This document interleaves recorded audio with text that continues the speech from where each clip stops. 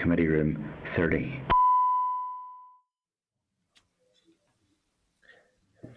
So there we go, everybody. You're very welcome to this afternoon's Executive Office Committee meeting. I'd like to welcome everybody along and just begin by asking for apologies. I don't think, Michael, we've any apologies today. Not received yet.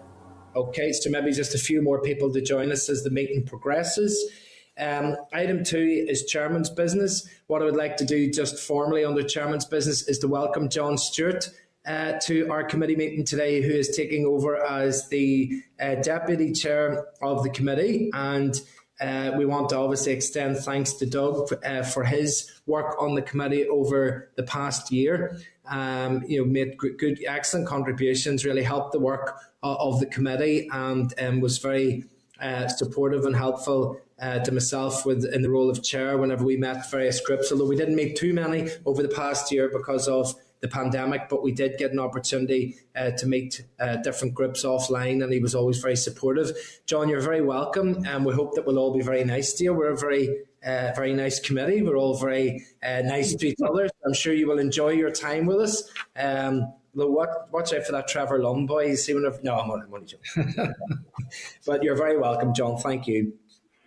So look, folks, item 3, the draft minutes are on page 6 of the meeting pack. Are members content that they're a true reflection of last week's meeting? Okay, everybody seems to be happy enough with that. Item 4 is matters arising. I don't have any at this stage. Is there anything that anybody wants to raise from last week's meeting? No, perfect.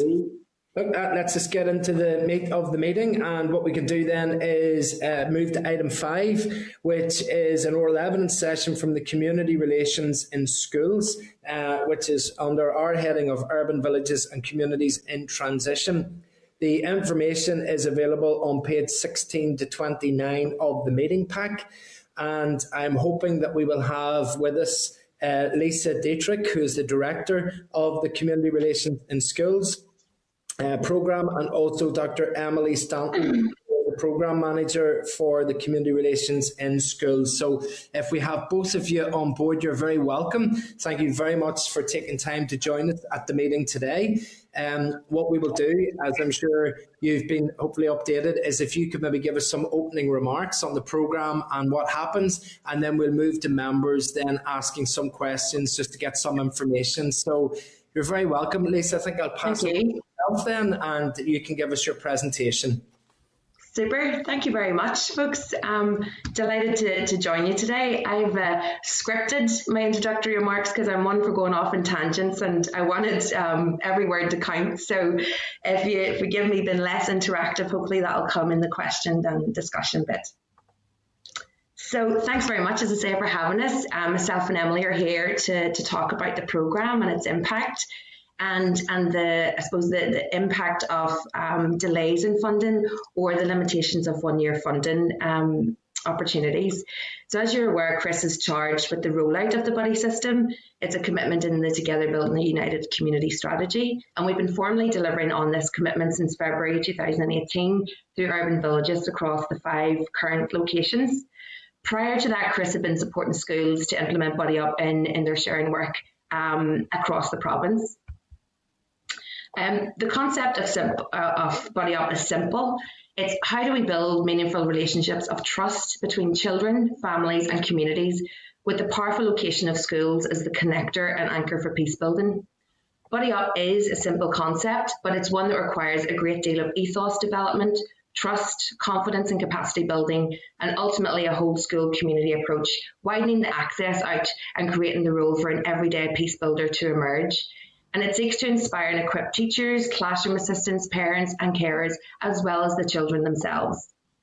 This vision rests on the enormous commitment that our children and young people deserve a present and a future that supports the realisation of their true potential, and that is vastly different from the conflict context that their parents and grandparents lived through.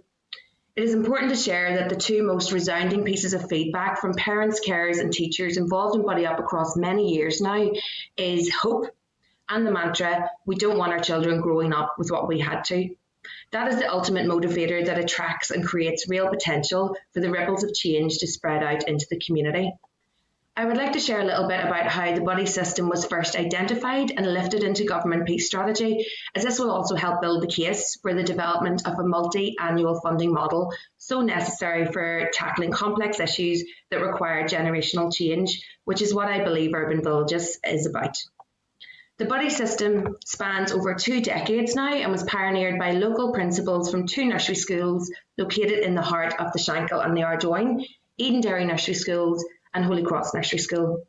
Inspired by the signing of the Good Friday Belfast Agreement in 1998, both school leaders felt there was something they could do together to help children and families embrace and play a role in the building of peace between their communities. In those early days, it was a courageous task, and it continues to be so as we face new yet familiar uncertainties. Chris was invited into this partnership by the schools in 2001 when parents and carers wished to be involved, and that message was coming loud and clear. The schools weren't equipped to facilitate that, so they invited us in. And after nearly a decade of this partnership of 3, ourselves with the nursery schools, we were awarded a place in the OFM, DFM and Atlantic Philanthropy's Contested Spaces programme that ran between 2011 and 14. This multi-annual funding package allowed Buddy Up to be trialled for the first time in some local feeder primary schools, Holy Cross Boys in Glenwood and Wheatfield and Holy Cross Girls Primary Schools. A senior official attended one of the programme days where we had a really large group of parents, which can be very common. There were over 50 in attendance, and they were gathered for one of our dialogues, whilst the children were playing and learning together with their buddies in W5. The discussion was lively, as it always is, and having the opportunity to witness this, it clearly had an impact on the attending official. We could see that they were surprised and shocked even, clearly motivated by what they had heard, particularly as it was and is counter to the dominant narrative that exists, stigmatising communities who desperately want peace, security and safety for their families, as we all do. As Professor Colin Knox, who evaluated the Contested Spaces programme, wrote, the hope was palpable, having witnessed this same energy time and time again on his multiple visits out to our programme. The impact and potential of the buddy system was then recognised and fed directly into the design of the T-Buck strategy, and much to the delight of everyone involved.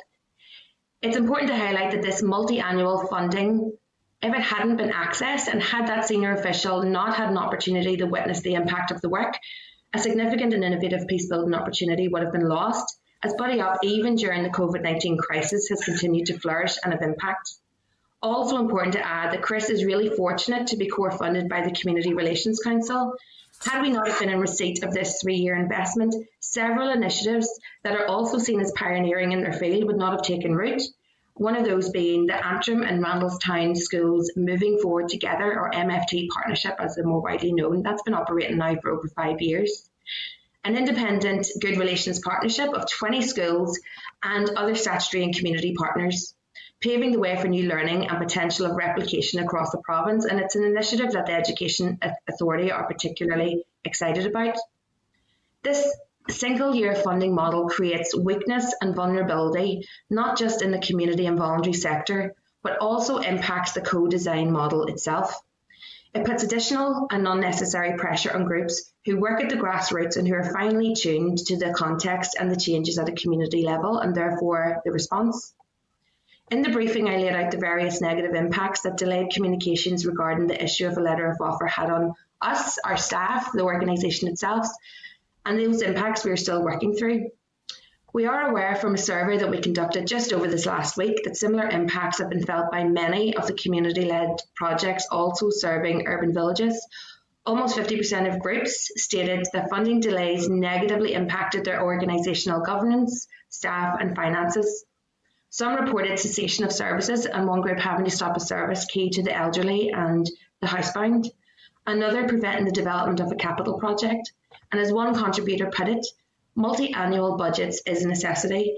Annual budgets are leading to a shocking waste of money as projects spend a disproportionate amount of time on meeting the administration needs of government rather than actual delivery. The stress it brings on both the frontline staff and project managers is intolerable and quite rightly wouldn't be accepted by government employees.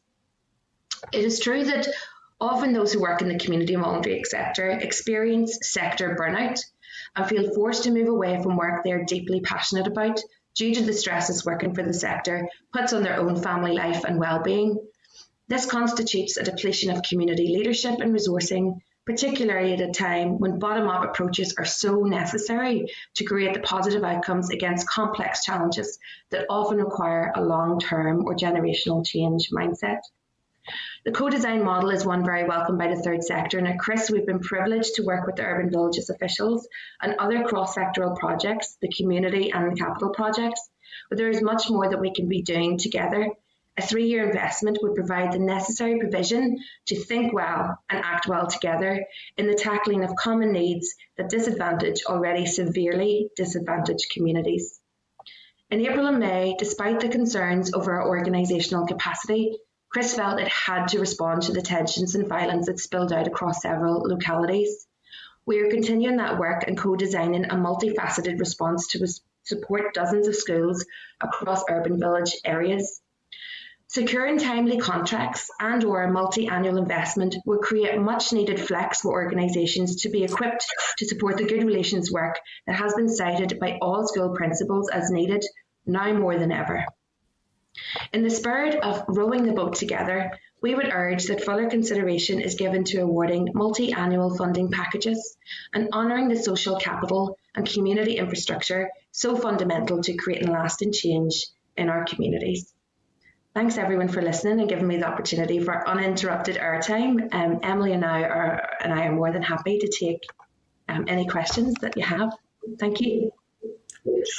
Thank you very much for that. I had my microphone on mute, which was why you got uninterrupted time there, so I wasn't able to interrupt you. But thanks very much for that presentation. It's been really good to sort of hear about the work that you're doing. It's very valuable, and we can see from the information that you provided to us the sort of impact that it's having and the rates that it's having.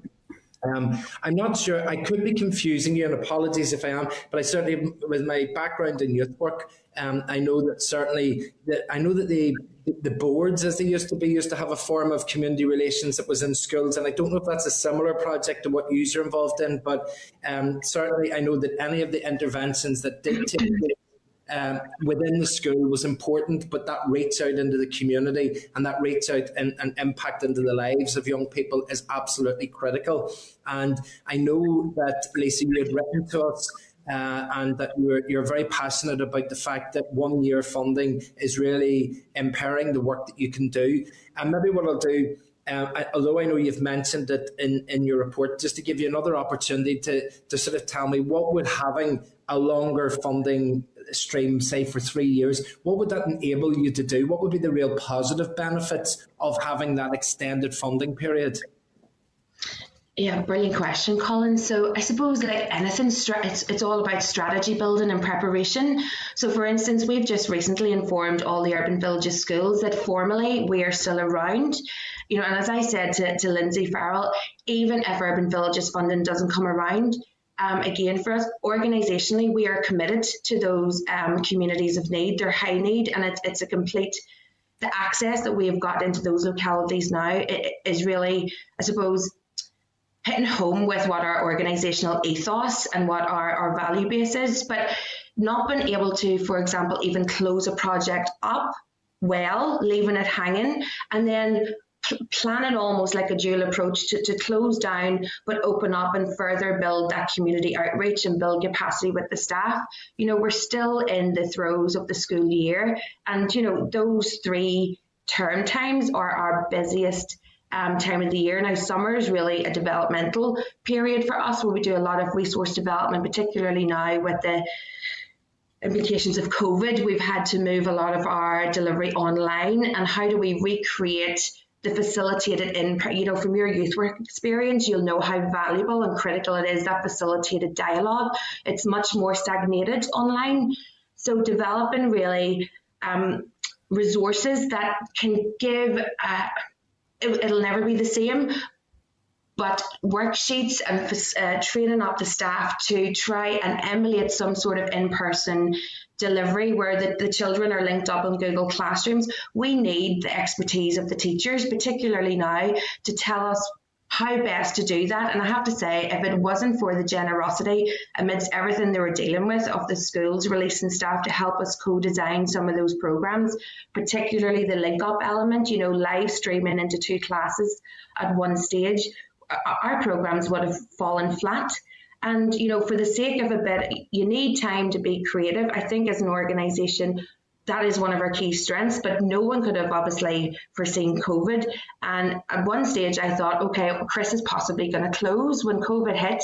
We have a long history span of many decades, but the staff, the skills in our staff team are incredible. They went away and developed themselves in-house training to be able to continue our work online.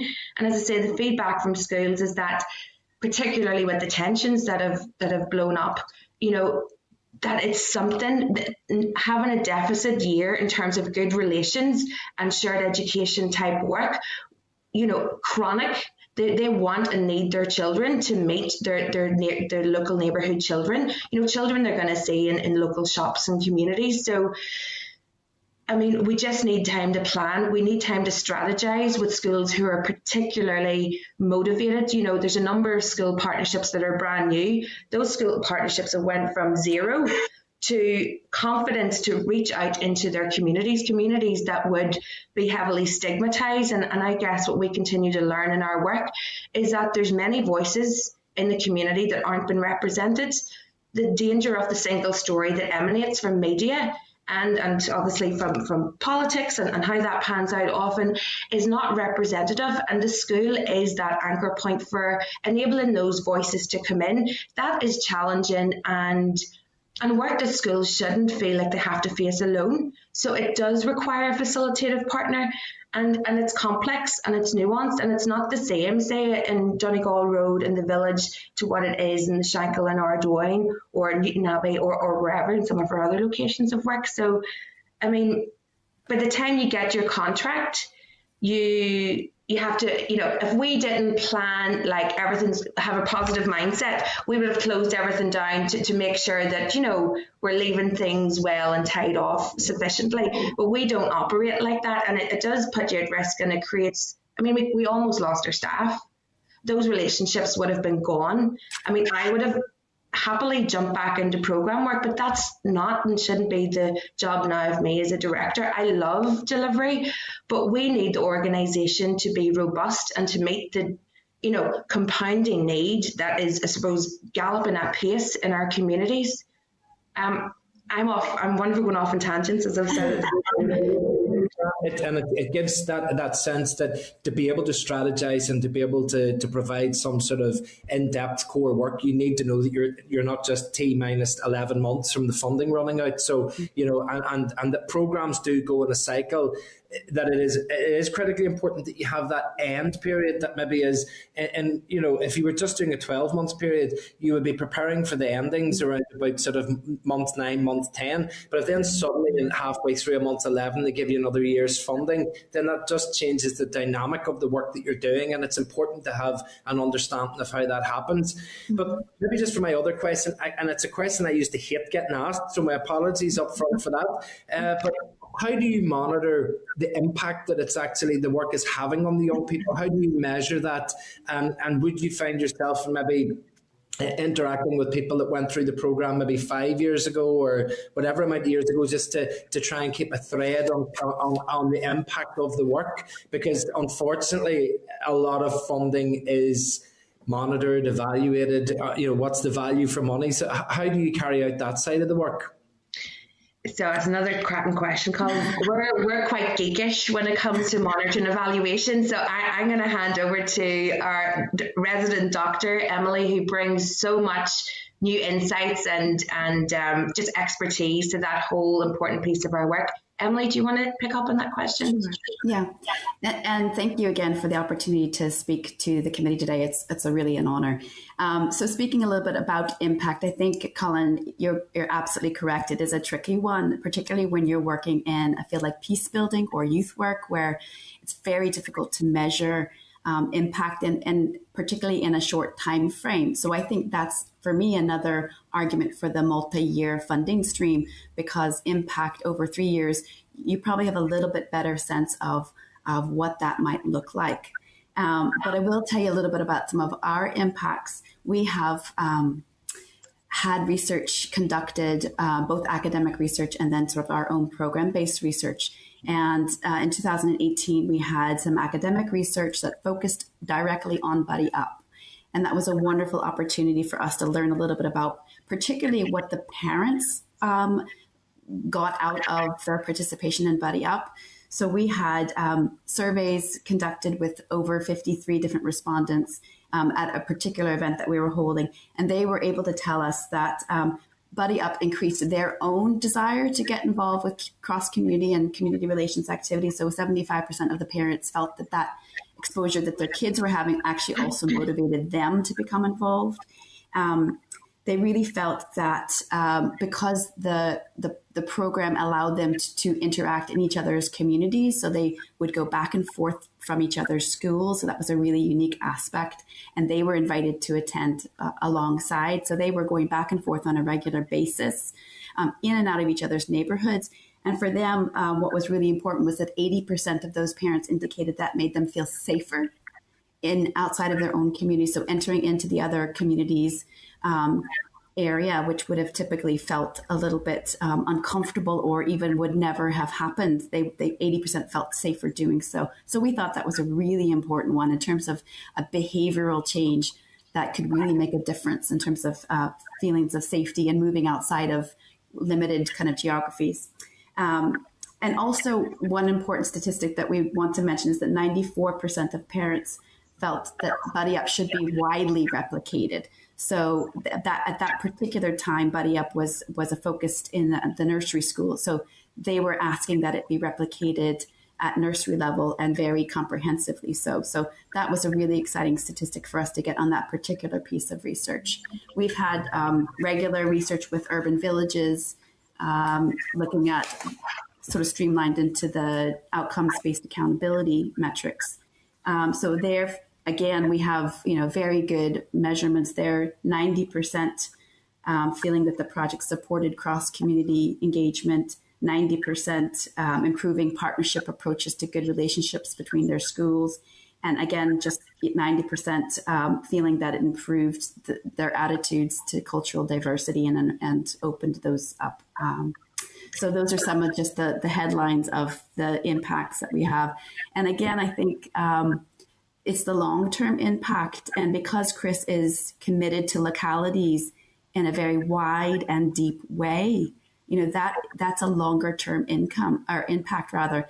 And just a wee story about that, just while I can bend your ear a little bit. We have parents who were involved. Gosh, I think they've been involved maybe 7 years ago was the initial involvement. We recently did some follow-up research with them, and the outcomes of that were extremely exciting to hear because for some of those parents, they said it was life-changing. They had developed friendships that were maintained over the course of that whole period of time. And that was throughout difficult community tensions like the flags protests, for example. They were able to maintain their relationships and maintain their friendships to the extent that one individual said she now is involved in community relations work herself. She now is actively involved in that on a regular basis, and that's her profession, all because of her initial involvement with Buddy Up. So we know it can have a huge impact. Okay, that's great. Thank you very much for that. And it's actually an interesting take on it, that whilst the work is there for the young people, the work is there about developing their skills and their future, that actually the knock-on effect that it actually has on the wider family and the parents as a result is something that probably people wouldn't automatically assume from a community relations program in schools. So it's nice to hear that and to be able to capture that. As I'm sure you'll be aware, most of the committee members have an interest and want to ask questions. So I'm going to call Jon Stewart, who is the new Deputy Chair today. This is his first meeting, so be nice to him as well. We'll invite Jon to ask a question. There, on you go, Jon. Thank you, Chair, and thanks for the kind words. Big shoes to fill in replacing Doug Beattie, but I'll do my utmost for you. Lisa, Emily, can I thank you first of all for the presentation? It really was insightful. I've had the privilege of seeing firsthand some of the great work you do in the schools, and I think the presentation and then in terms of measuring the outcomes that Emily gave, it just shows just how effective this work is. But I want to say from the outset, I totally support your call for a multi-annual budget. I don't think any organisation or sector would be expected in any normal circumstances to operate year to year, not knowing how their staff are going to be funded and having that security, yet alone a sector doing as great a delivery and delivering such good outcomes as yourselves. It's not fair. I don't know why the community and voluntary sector specifically are expected to do it, and it has to end. And if there's anything we can do and I can do, I think we should be doing that for you.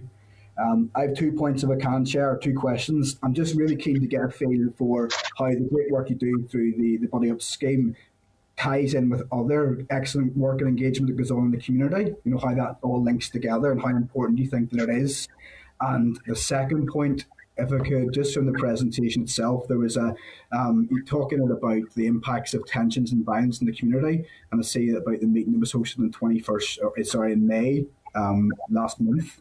I'm just concerned, you know, about basically what it says there, the feedback you were getting from principals about a growing anti-PSNI message, concerns about the type of things the children are bringing into school, the messages they're putting out in social media, and the escalation and fear, and the fact that one principal talked about walking into the abyss again. I mean, that is deeply worrying. I'm just want to get a feeling for, you know, I know you're going to work on that and collectively try to come up with some ways to try to address it, but was there anything that came out of that meeting about what done in the immediate term to start to try and nip the issues that you're seeing? Thanks very much. Thank you, John, and thank you for that supportive commentary around the multi-annual as well.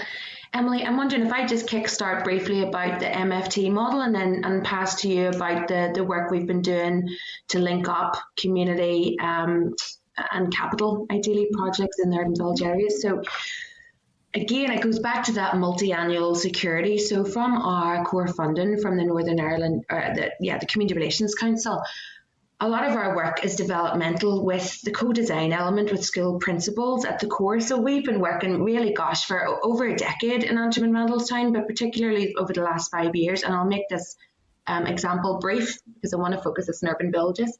But we had the opportunity to, I suppose, to help coordinate, invited by the schools on the back of a good relations project we were doing funded by IFI. So we don't see any project as a project in its own right. We like to see it as part of a process. If we attach to a community, we attach for the longer term and try and broker that commitment and span that out. So the Moving Forward Together partnership in Antrim and Randallstown is 20 schools strong. It's every single school in that locality. It's got community partners who bring in their services for free. The Education Authority is a fantastic ally. The council they are absolutely critical to the development of that partnership and the confidence building that their support give those school principals. So we collaboratively designed something from scratch that really is about, joining up. Services has been, something talked about for a long time, and there's been good strides at that. But for us in our work, this was the first chance we got to really, from scratch, try and build a collaborative model. And if anyone's interested in that example, there's 2 stages of our good relations and collaborative education model, video case studies online from the teacher's perspective, from parents, from pupils' perspective about how that partnership developed, because we like to put the schools to the fore. We facilitate them to take the leading voice and not be at the forefront of that. We think that's really important. So we have learned lots of lessons about how to develop and then formalise a multi-sector locality-based partnership. And I have to say, if it wasn't for that opportunity to experiment with the schools in those areas who entrusted us with their time, I mean, school leaders, hard to find time to prioritise in something brand new. They did it because they've seen the benefit that brings to their whole locality. So the learning from that has armed us really with the ability to think through how do we not just build a capacity with the schools, so Buddy Up can be embedded once Urban Villages finishes. We'll always be here to try and support in every way we can. But when Urban Villages wraps up, how do we make sure that capacity is built in? How do we link those schools better to their local community? I mean, all these things show up in evidence around educational attainment, schools that engage parents well. Children have much more potential of achieving in school.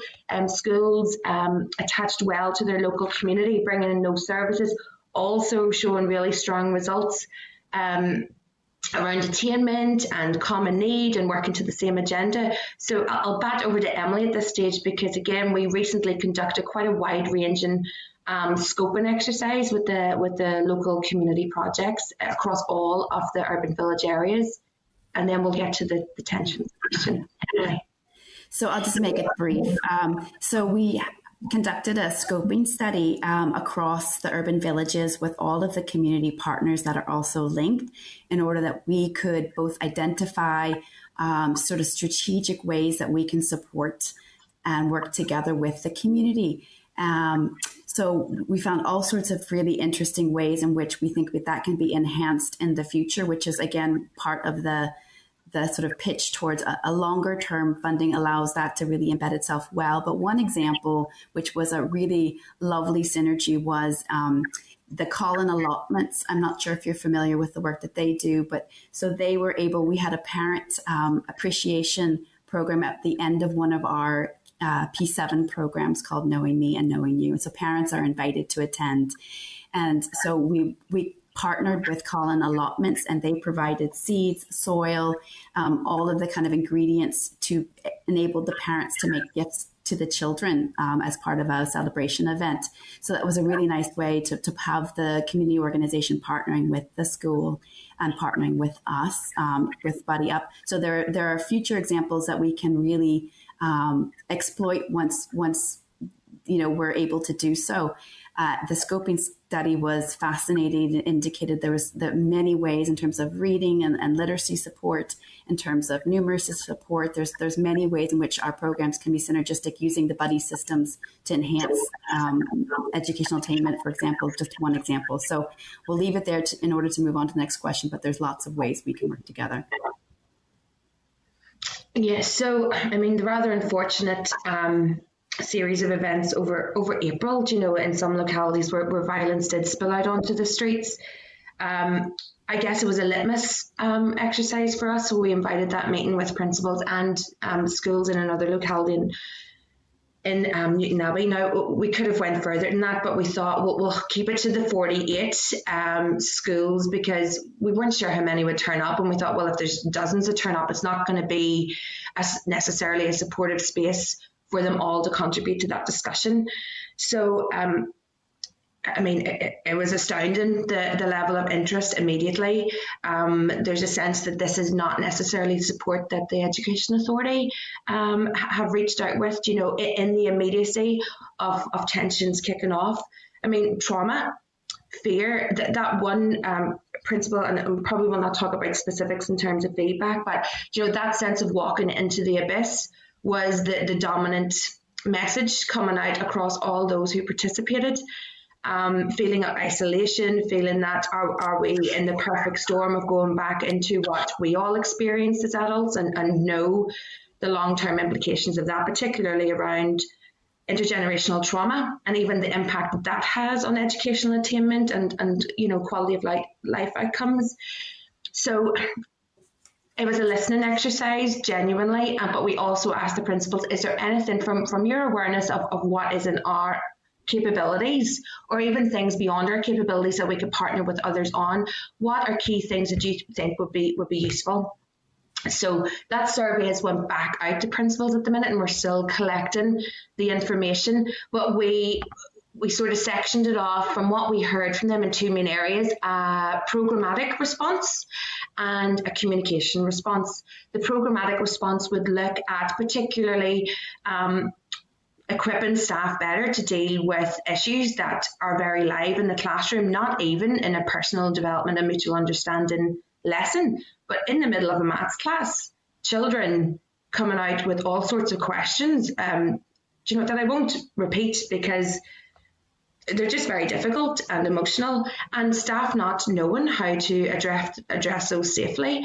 Schools calling out for counselling support, desperate need of counselling support. Children deregulated, clearly not sleeping since the Easter holidays. Staff impacted, worried, concerned. I mean, mostly non-teaching staff, classroom assistants, etc., come from the local community. So there's certainly a sense of trauma working through the whole school community. Parents, again, just on the tip of their tongue, wondering how we got to this stage again, thinking that we were well past this. And I guess the flammability of the conflict is something that people are terrified about. Thankfully, that has simmered right down. But I guess the amygdala, that part of the brain, is constantly waiting, to detect risk again. So a programmatic response is one that we're looking at. Even, for example, the idea of looking at a transition program, which we don't currently have from P7 to first year, that looks at healthy peer attachments, that helps young people to understand the workings of their own brain. So it's almost bringing a neuroscience lens to peace building and community relations work, looking at how do we understand our own behaviours, and, the wee ones who get maybe excited about what's going on down the end of the road, not wanting to be pulled into it, but yet and all maybe getting pulled into things. So how to understand peer attachment. And we have a fantastic, there's many professionals out now around this. I know that our generation program as well with Urban Villages, that partnership is going to be an incredible boost to the communities. But we've been working closely with just an incredible guy who's been doing training for us over this last year and prior to that, who, we're potentially looking at a program directed at pupils with the necessary capacity building element brought in for the teachers. The supportive network can't be underestimated as well. So that idea of principals coming together regardless of their own community background or the communities they serve, and just feeling like if we're not part of the solution, then are we part of the problem?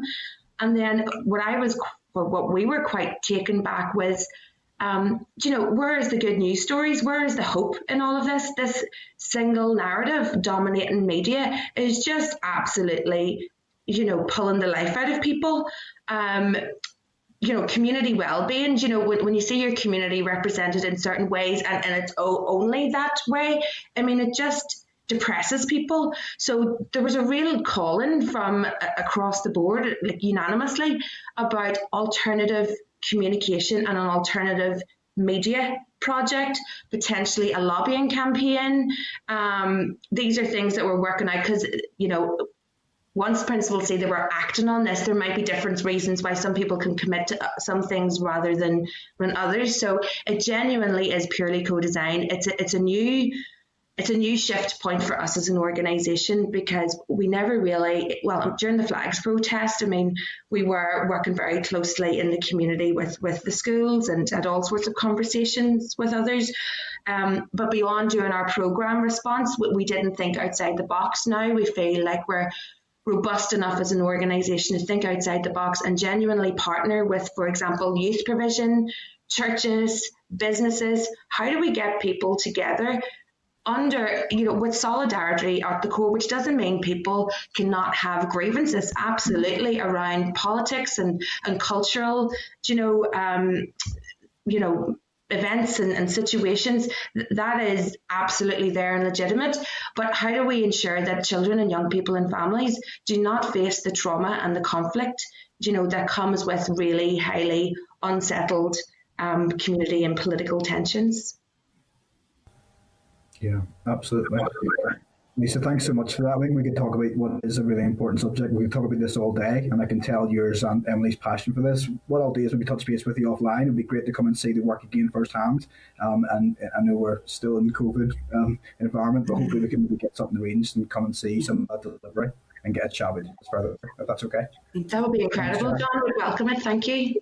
All right, thank you for that, John. Okay, next up, I'm going to ask for Martina to be brought in. And I suppose maybe just, I know, Lisa, it's our bad asking you to come in 1 hour and talk about everything, but we've another 3 members that want to talk, and we've got about 15 minutes left. So if we could keep ourselves to shorter questions, because I know what it's like when you've got a passion about something, you just want to get it all out there. But just I'm conscious that I don't want to have to cut other people's questions afterwards. So I'll pass over to Martina.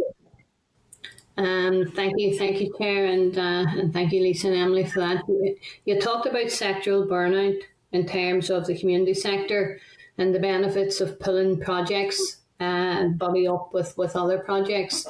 And you said about the Education Authority being excited about the work that you're doing. So I suppose my question is to get a handle and an understanding from yourselves as the role that the Department of Education is playing in supporting the community relations in school. Chris, sometimes when we're saying that name, Chris, beware, Joe and Jane public out there might think you're talking about a person. So I think when we're talking about the community relations in school, it would be good to know the support, financial support and others that you've received from the Department of Education. I suppose Martina, we don't receive direct funding from the Department of Education. We did now for 28 years, up until 2010, when the school's community relations programme was pulled. So we don't receive any direct funding from them. All of our funding comes from government sources, Central Good Relations, Community Relations Council, Department of Foreign Affairs and Trade Reconciliation Fund and others. And have you made any applications under any other streams from the Department of Education? Because given all that you're saying about all of this stuff happening in school, the way you're talking about it, the kind of trauma that seems to be at times materialising in school, then surely the Department of Education couldn't ignore all of that. No, and in fairness to the department, I suppose, Martina, we haven't reached out directly with them. We have, been working in close enough partnership with the Education Authority, but particularly over this last few years, we're now a member of that stakeholder reference group for the mainstreaming of shared education. So our work with the Education Authority is about partnership. It doesn't necessarily involve funding or income generation, but genuinely we know and have been recognised to have significant learning in areas that are recognised as limitations. With the with say for example shared education, particularly that of addressing controversial or sensitive issues in the classroom, particularly that of community connections. That's something that there's a real limited understanding of, and it just happens to be one of our organisational strengths. So, we're delighted as an organisation to be in a place to work in partnership with the Education Authority, but I think your question has landed rightly on a something we need to take on board, which is to reach out directly with the department themselves. So that's an action that we can take forward from this meeting. Yeah, because if all that's happening in the classroom, and if something, whether it's sensitive being said in the classroom or something that's causing potential trauma, or whatever else, or a child is coming into school with some notions in their head, like you would imagine that the schools, the teachers, the principals, the classroom assistants, that they would be all collecting and collating this information as well and relaying that on to the Department for Education. So I think if there is any takeaway from listening today and from your discussions, I would highly recommend that. But I'm conscious of what the chair said about time, and there's only 15 minutes left. So thank you. Thank you. Thank you. Okay, thanks for that, Martina. If I could ask next for Trevor Lunn to be brought up into the spotlight, and we'll get a question from Trevor. Okay, Chair, thanks very much, Lisa, Emily. I do admire the work you do, and thanks for your presentation. Your enthusiasm and commitment just shines through, and I think it's wonderful.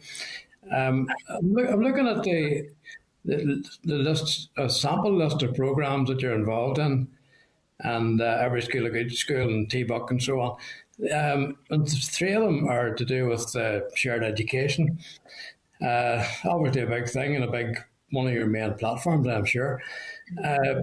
Doesn't mention integrated education anywhere. Do you do work with the integrated schools?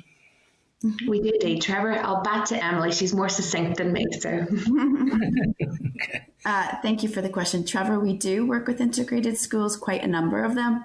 And in fact, we also work with Irish medium schools in addition to that. So we cover both maintained, controlled, integrated and Irish medium sectors. And actually, special schools have been involved with CRISP programs as well. So we really try to pride ourselves on working across the range of different sectors that the education system provides there for us.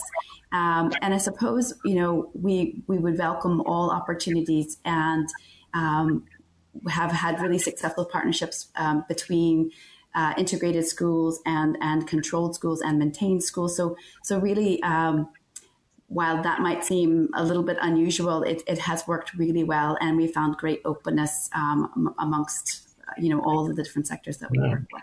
Okay, so integrated schools would probably be a pretty good example of what you're trying to achieve. And if you buddy an integrated school with any other type of school, it can only be beneficial, I would have thought. Just a quick comment. I think along the way you mentioned Eden Dairy School. Is that up on Tyne Street in Belfast? It's Lanark Way now, Trevor. So they used to be in the same sort of building as Glenwood Primary School. And now over this I think 3 years ago, they moved to a brand new site on Lanark Way, which is amazing. But then, of course, they were in the cold face of the tensions and the worry around the building and all of that that came, back the other month. No, the only reason I asked is from my 10 years in the Education Committee before I came to this one. And Eden Dairy School actually presented twice to the Education Committee, and I went up to see them. And I think from memory, the head principal at that time was Betty somebody. And Betty would be furious at me for not being able to remember her surname. But it was a terrific school. But they both said that over the years, their attendance fluctuated according to the level of tension in that area. And it was tension between loyalists, paramilitaries. It wasn't across the divide. Dreadful, sometimes they would find all the children allegedly with UDA parents didn't turn up and so on, that sort of thing. Okay. The work you're doing, I'm sure, would be trying to alleviate some of that nonsense. Like I don't really, as far as multi-year funding is concerned, you get no argument from this committee. That would be ideal for all the community and voluntary sector bodies. At the moment, it doesn't seem possible, but maybe better days are coming. Certainly, you should be high up the list if we do achieve that. So I'll just wish you well and pass on to the next question. Thank you. Thank you, Trevor. Okay. All right, Trevor, thank you very much for that. We're going to ask Pat Sheehan to come up next for some questions. Pat, we can pass to yourself. Thanks, Colin. Thank you, and thanks, Emily and Lisa. I think you've covered most of the bases. So I've just one short question, really.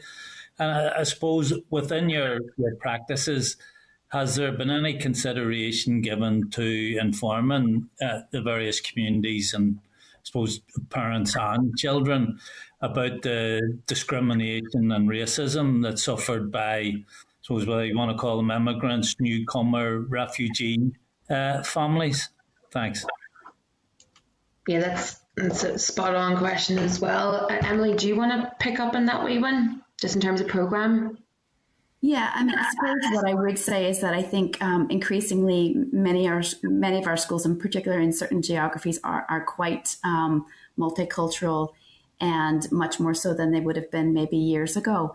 And we work directly with those schools, and the kinds of work that we do with Buddy Up in terms of building friendships, promoting empathy, embracing multicultural diversity of identity, sharing traditions, all of those main messages that we're promoting with Buddy Up are directly applicable, and we would openly be bringing that into the classroom when we're physically there in the classroom and talking to the kids and running our programs. So absolutely, I think it's relevant, increasingly so. And many of the schools, are schools where, that diversity is absolutely just the norm. So we've had really good relationships. And I think, particularly, so I'm thinking of areas where Fane Street St. Paul's, for example, they're a great shared education partnership that has been part of our Urban Villages program. And they share, maybe an increasingly diverse international constituency of community representatives and children and families. And so, in some respects, that's really a lovely partnership. But it's very much kind of on the forefront of the way we work in terms of building the friendships across all communities and embracing that inclusive identity. And Emily, if I could just pitch in as well, the Schools of Sanctuary, Pat, so that's one of the other education cross-cutting projects. So Schools of Sanctuary is about creating, schools where safety and inclusion and welcome are at the forefront. And our project layers really lovely on top of that for the schools to work in partnership and to bring in the parental aspect. And I think just really important in normalising that all sorts of people and backgrounds and lives live and deserve to live and have the right to live in our communities. And I think schools and that status of a school of sanctuary really is an important communicator into the local community, and sure, that can only be strengthened and built on with more work. Yeah, no, that's excellent, and I mean what we would expect, I suppose. The one issue it's great that kids can mix and integrate with other kids, whether from different races, different religions, or whatever. I suppose the problem is once the kids go outside the school, and I'm just wondering how you can influence parents. For example, if parents are racist or sectarian or whatever, I mean, how do we break that down as opposed to just getting the kids to mix together? I'm not saying that's a bad thing. Of course, it's good. I'm just wondering how we take that next step. I think that's absolutely critical to our program response, Pat. So and as Colin mentioned at the start after the presentation, like how we work maybe isn't seen as normal. When you think of working in schools, you think of the children, but a lot of our focus is on the adult community. So directly engaging parents, not just inviting them out to lovely events where they see their children, working and playing and having the crack together. But we have dialogue events with parents. We ask them about, well, what are your hopes for your children and your family right now and into the future? What are the barriers to those hopes been realised, and how can we get beyond those? We have all sorts of dialogues around, like, for example, the history of migration in and out of the island of Ireland over hundreds of years, so that people can have a longer, cast back to where did our identities come from? We're a real hybrid of all sorts of eras of our history. So helping, I suppose, with the adult education piece is really, really important, has improved to be really important in breaking down some of those barriers and mindsets and even myths that parents naturally, that I would have held about other communities until I had the opportunity to, for example, land in the Shankill Road at the start of my career request and realise that I was welcome. Being someone from, South Armagh, I was nervous about that in the early days, and have to say it's never been an issue. So I think there's a lot of myths out there, and once you have an opportunity to bring adults into facilitated dialogue with each other, those barriers just go right down. We will forward out to you, I think I mentioned it in the initial letter, an impact case study. We've done our first edition. It's called Ripples of Peace, and it features Donegal Road and St Malachy's brand new school partnership, where one of those parent dialogues was had, and you'll see some of the feedback from it that speaks to exactly the sort of impact that you'd be hoping to have. That's critical to have, the safety net that allows the children to come through.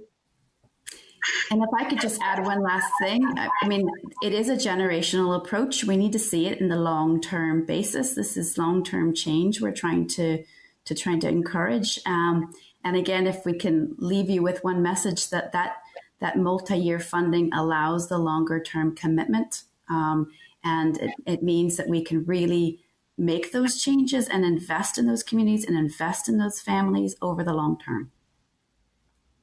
Okay. Thanks very much. Thank you, Chair. Okay, Pat, thanks very much for that. Could I maybe just ask for George to be brought up just to double check? Because I know, George, sometimes the raised hand function doesn't work there. So, George, is there anything that you'd like to ask?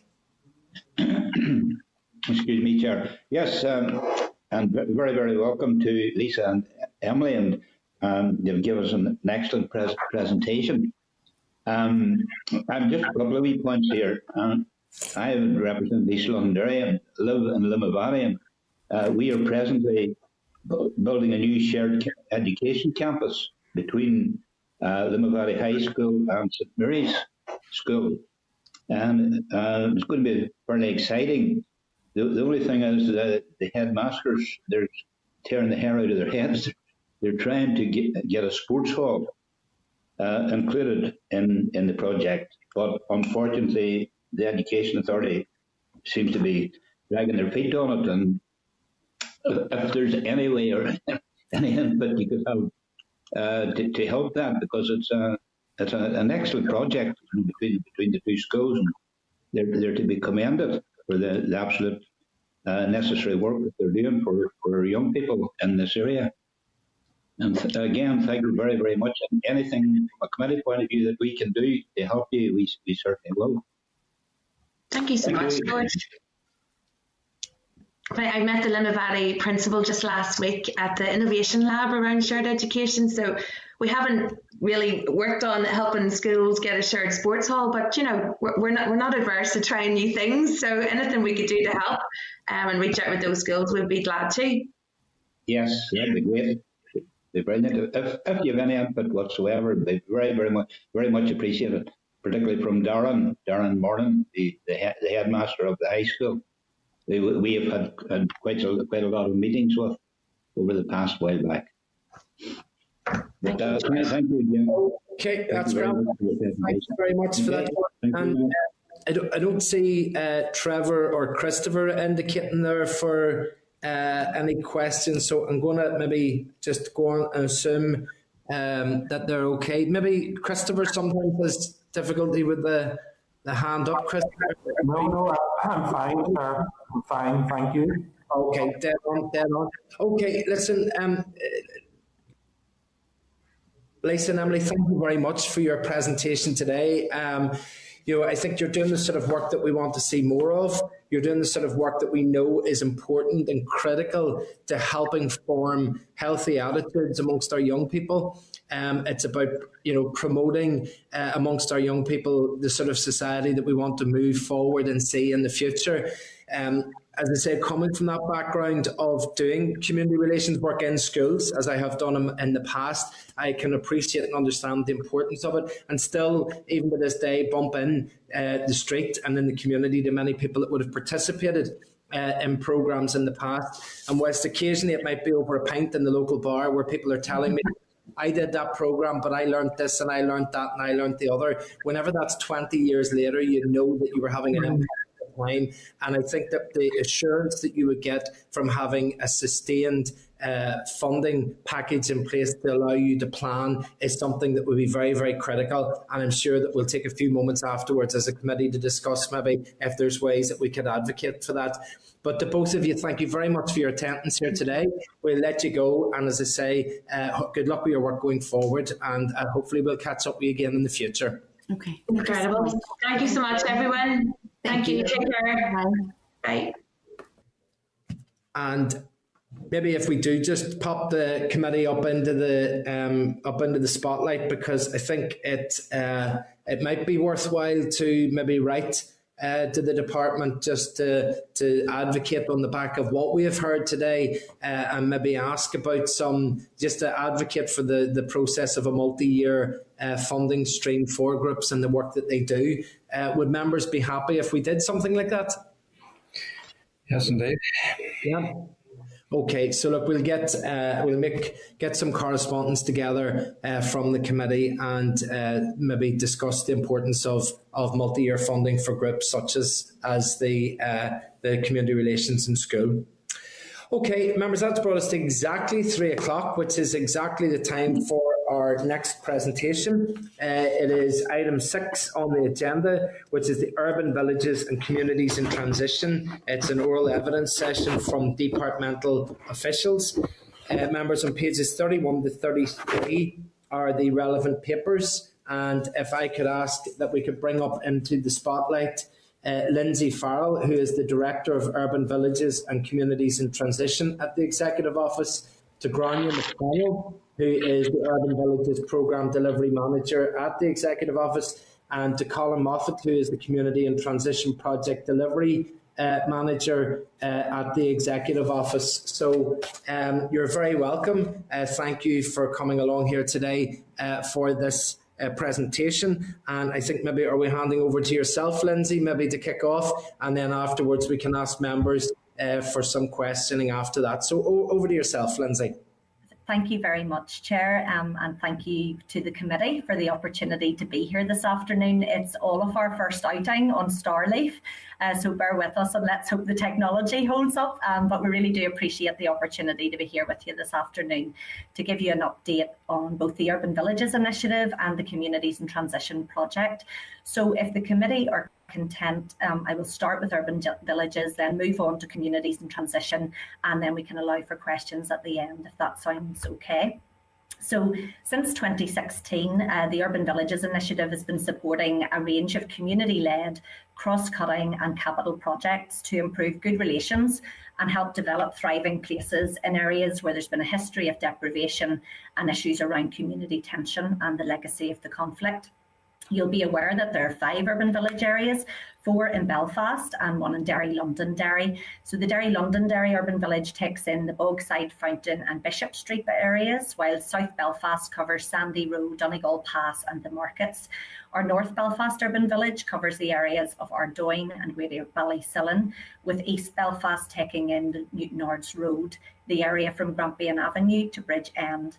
The Colin area makes up our West Belfast urban village area. So the initiative shapes and delivers programmes and projects in partnership with local people across all 5 areas.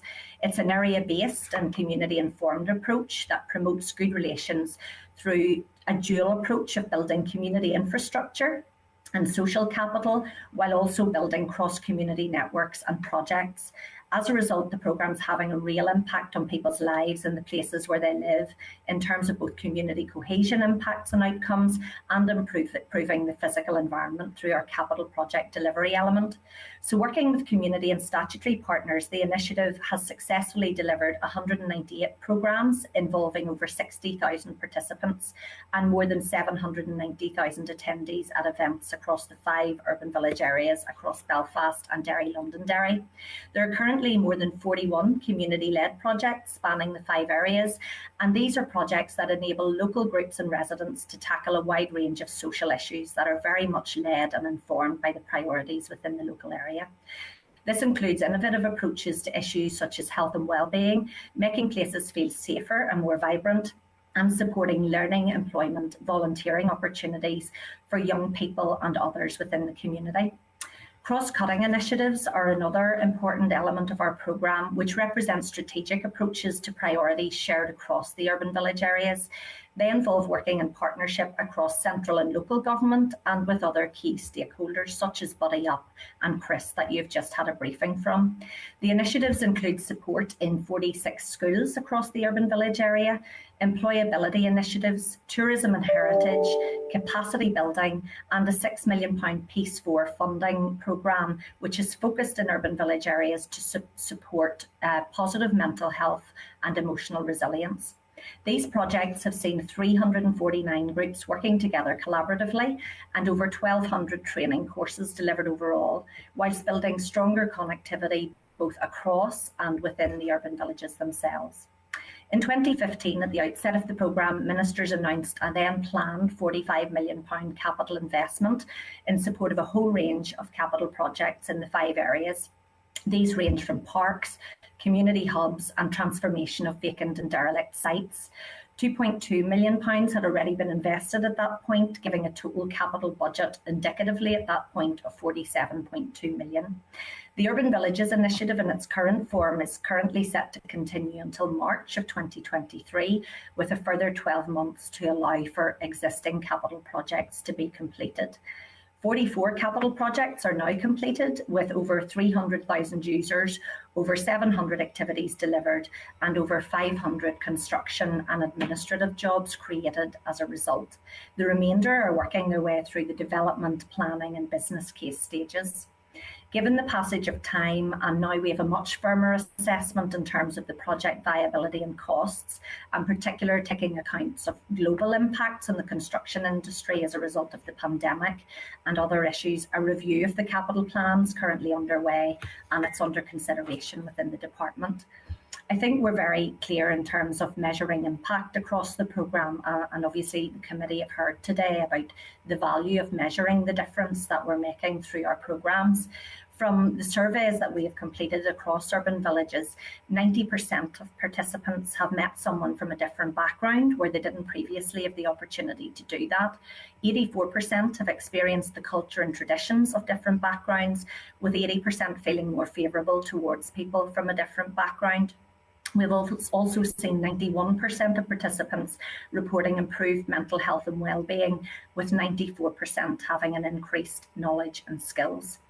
At March of this year, the Urban Villages initiative will have invested £32 million across the 5 areas. That's a collective of £8.6 million revenue and £23.4 million capital, including £5 million of partnership funding that has been leveraged in through our partnerships with other departments and agencies.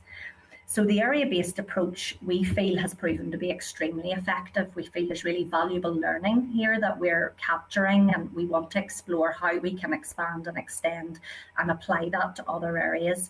And we feel there's important learning in terms of our theory of change and how we go about our business in terms of allowing that community-informed approach to really work through from the community up and to allow us to identify and really embed that good practice that we know is happening across those 5 areas.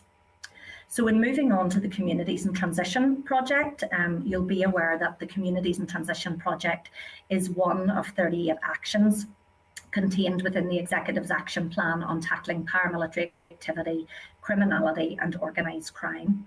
In the programme, you will be aware it's known as Action B4, which committed the Executive to supporting ambitious initiatives aimed at building capacity in communities in transition, including through developing those all-important partnerships that we know really work across civil society and across community divisions.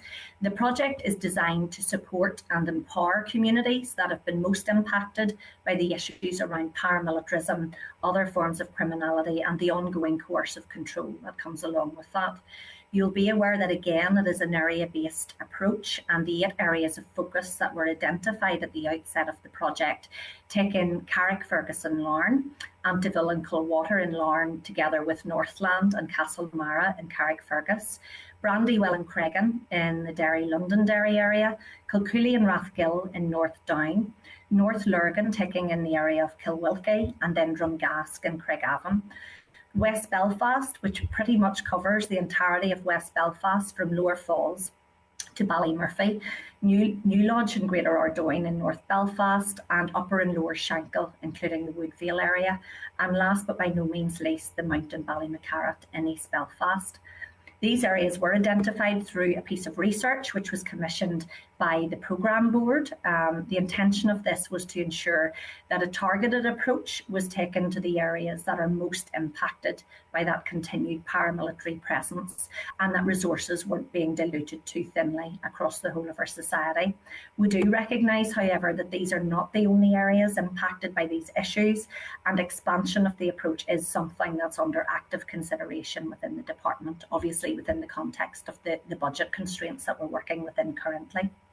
The project worked with an academic consortium early on, And the purpose of that was really to engage extensively within communities, to really get under the skin of what was happening in these areas, to understand the underlying issues and dynamics at play, and in particular those vulnerabilities at a community level that can often be exploited by paramilitaries and organised criminals.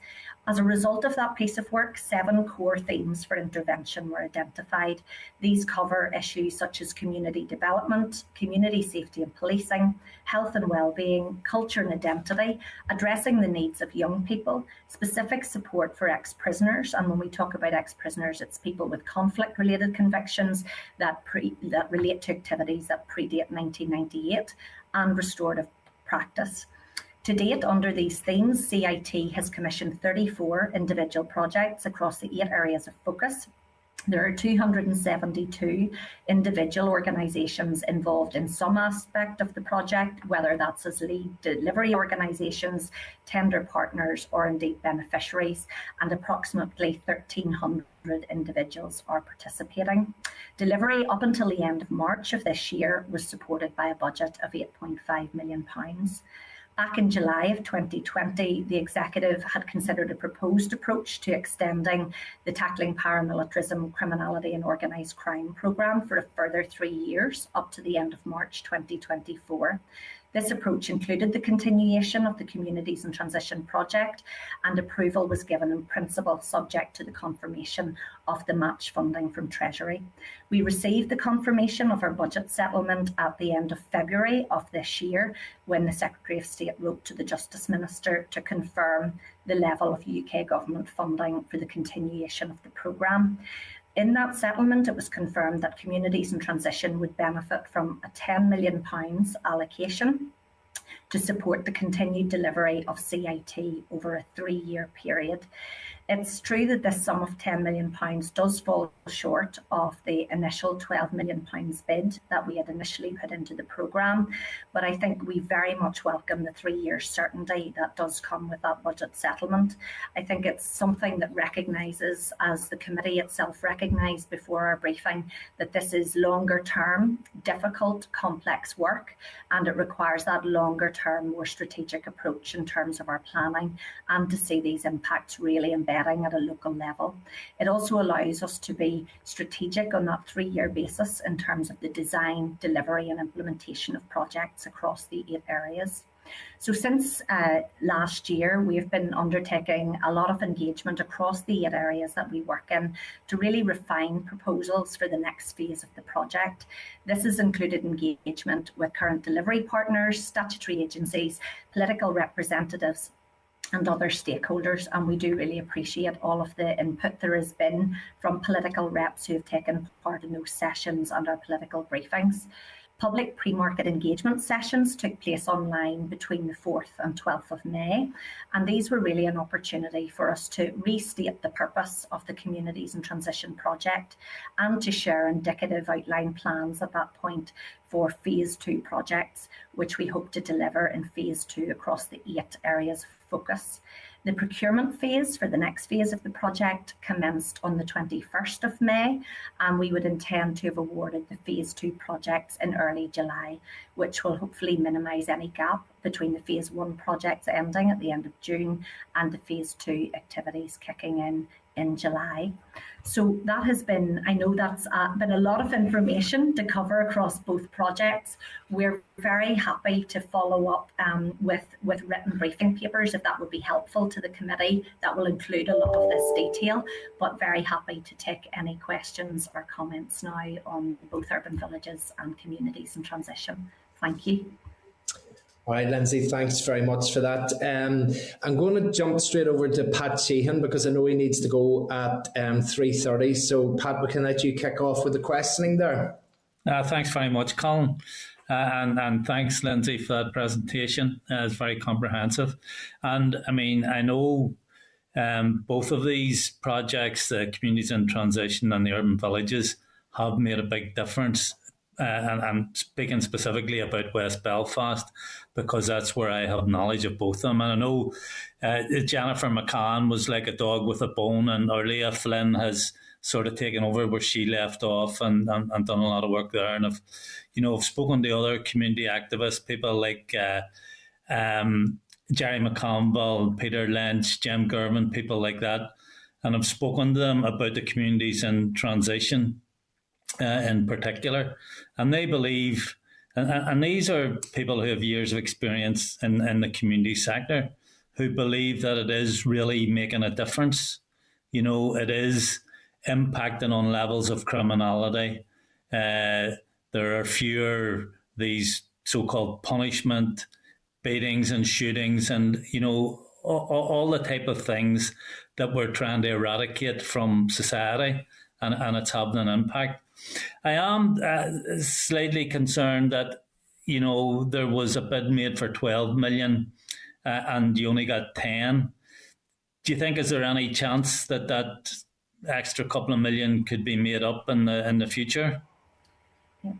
Thank you, Pat, and thanks for the comments on both programmes. I think we're very much viewing, and our ministers are very much viewing that £10 million as a contribution to the delivery of phase 2 of communities in transition. It's a very helpful basis for us to move ahead in terms of the phase 2 tendering and to plan on that basis. But we are actively considering in the department at this point options for how we might enhance that budget. And I would be very confident that we will be able to do that to some extent, but that's still under active consideration because I know there are concerns. I was out in the Colin area this morning, for example, and concerns were voiced with me, you know, around the reduction in phase 2 budgets from phase 1. I think groups understand that we have had to do a lot of work in terms of maximising that 10 million across all 8 areas.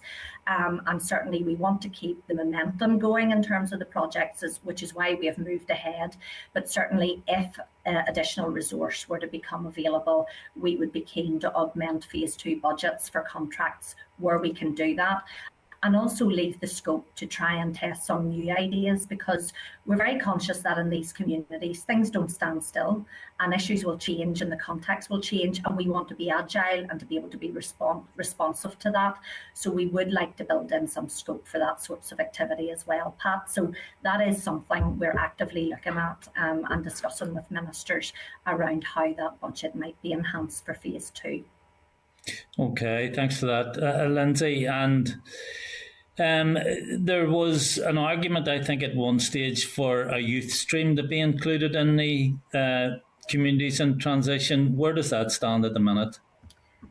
Yeah, so youth was one of those themes that emerged across all 8 of the areas, Pat, in terms of being a really important area of focus. Youth were identified as being a particularly vulnerable group, vulnerable to, I suppose, the influences of these organisations, vulnerable to being drawn into that type of activity and vulnerable to recruitment. So it has always been an ongoing area of focus for us. I think at a programme level, there's a really deliberate approach in terms of the approach to young people. So there's a lot of activity that our colleagues in the Education Authority are taking forward at that local level. So I think for us, the challenge has been to find where CIT can add value to that, Pat. We absolutely don't want to be duplicating what the Education Authority are providing, but there are some areas where particular issues are coming up in terms of perhaps joining up what's there in terms of the youth provision. I know that's something that came out in North Belfast, for example, and in Shankill. So we're having conversations with our colleagues in the Education Authority around how we can best complement what they're doing and add value without actually duplicating anything that they're doing. Colin, I'm not sure, is there anything else more detailed around youth in the areas that you'd like to add to that? No, I think that's a fairly comprehensive summary. Like Lindsay has said, youth is a theme that's been really key and critical across all areas, and it is one, you know, to be frank with the committee, that Communities in Transition has had to do extra work to find our place and to deconflict with what's being provided across the board, because there's a number of players in this area, and really our focus has to be on ensuring that anything we do isn't duplicating or setting up essentially parallel services, but really complements and works with those other strands. That has been difficult. There's no doubt about it. That has been difficult. But I would think that we're honing in on what those projects might look like over the next couple of weeks. What I would also say, Pat, just in addition, we've had a number of really helpful meetings with the Department of Education, and we think there's a really good opportunity now as we face into phase 2, as we have this 3-year certainty, to really join up and collaborative in a more collaborative way with them in terms of the rollout of our projects.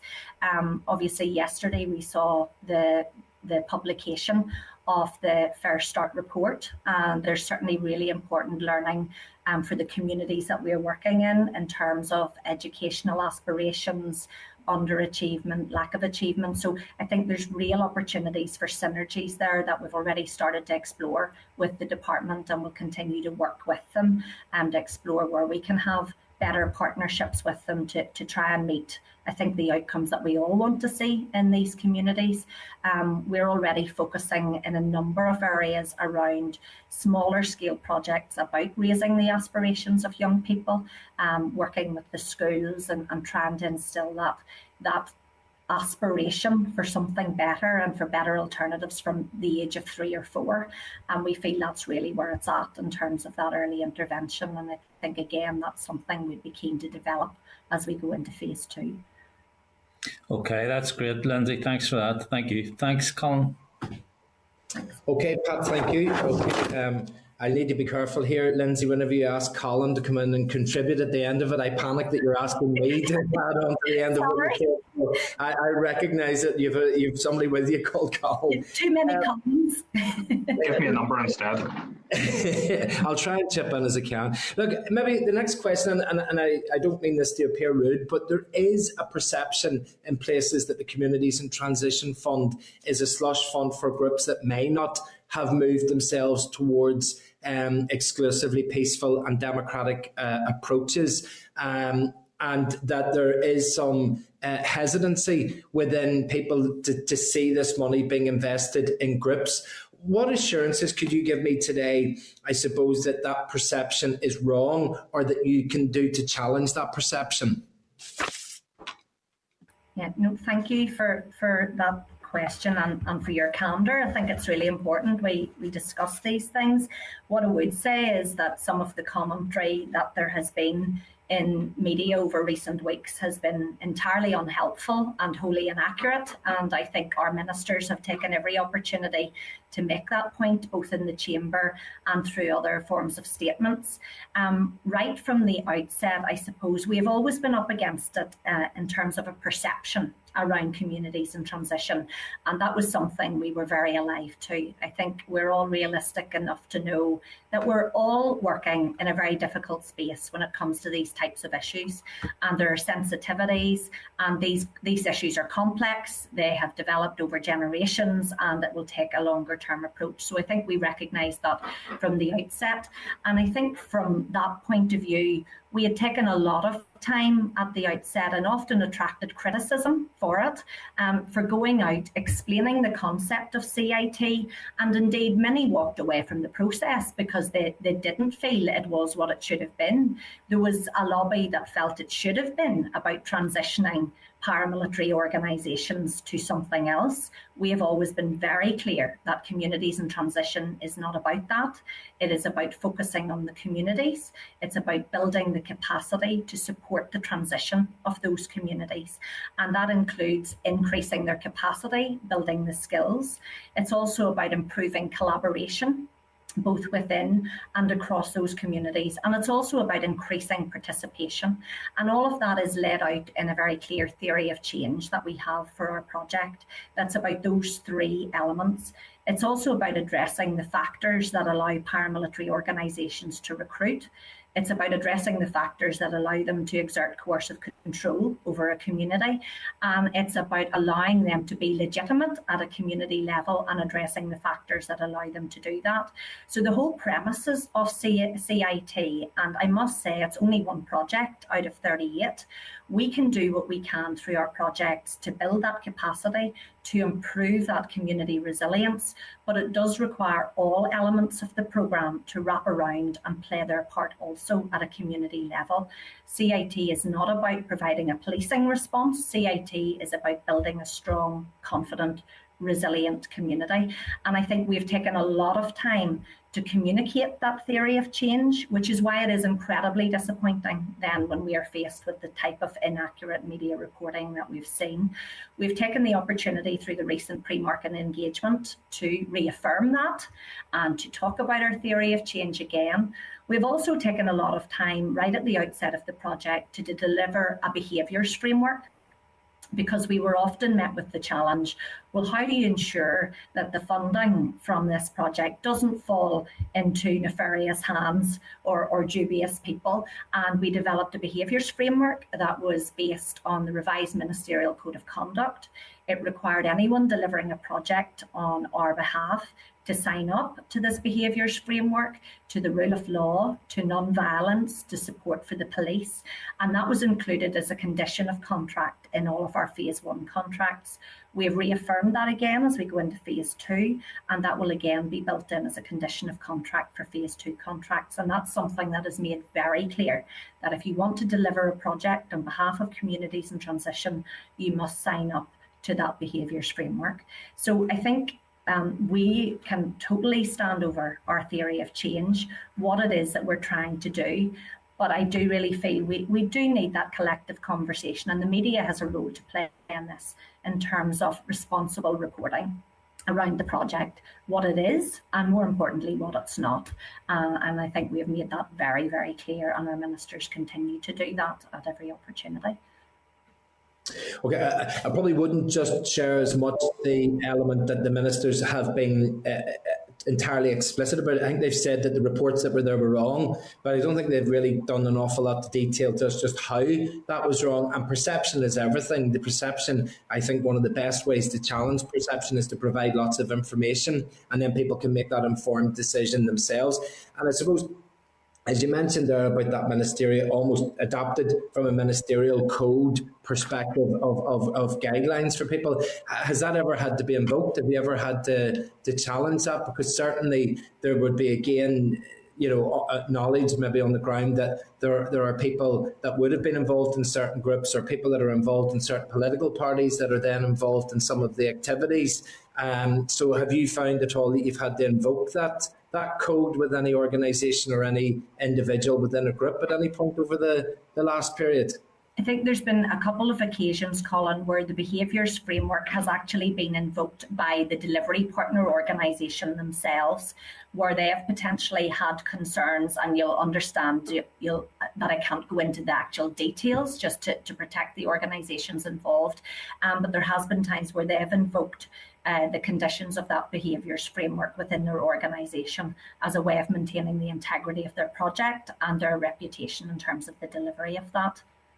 Okay. And is there a record kept of that? Would you be able to follow up with us and maybe let us know how many times that's happened, or is that something that's not kept as a strict record? Well, we'll certainly be able to follow up with you in terms of how many times that has been invoked, and to clarify that with you, certainly. Would you forward us that code as well, just so that we can see Absolutely. Okay, that would be good. And then maybe just sort of what timescale do you see going forward with this? Because again, we're 23 years down the line from the Good Friday Agreement. We talk about communities in transition. Hopefully a transition would have an end point that we can see ourselves moving towards. And I suppose the danger, again, like for example, there are 8 areas there that are targeted, so there are dozens, over 100 areas in Northern Ireland that aren't targeted. And sometimes we can get into that sort of financial support jealousy, where certain areas don't see money coming in, they don't see any benefit of government investment, but yet they look and see other areas getting investment, but then they also switch their TV on a weekend evening and see petrol bombs being thrown and tensions in the community, and rightly take the step back and say, what's the point of all that money going in there? Or maybe we have to say, thankfully the money is going in there, because what would it have been like if it wasn't there? But still, there is that sense that people see tens of millions of pounds every year being pumped into communities, but what's the outcome at the other end to improve those communities? Yeah, Colin, and I agree with you. Where you have an area-based programme, I think there is always an element of other areas looking on and saying, well, why there and not here, and why that community and not ours? And I think we have to be open and say we've had that same issue in terms of both urban villages and communities in transition. But I think what we can say in terms of both programmes is, as we've rolled out with the initiatives, we're very reassured that we're working in the right areas in terms of the types of issues that are presenting themselves.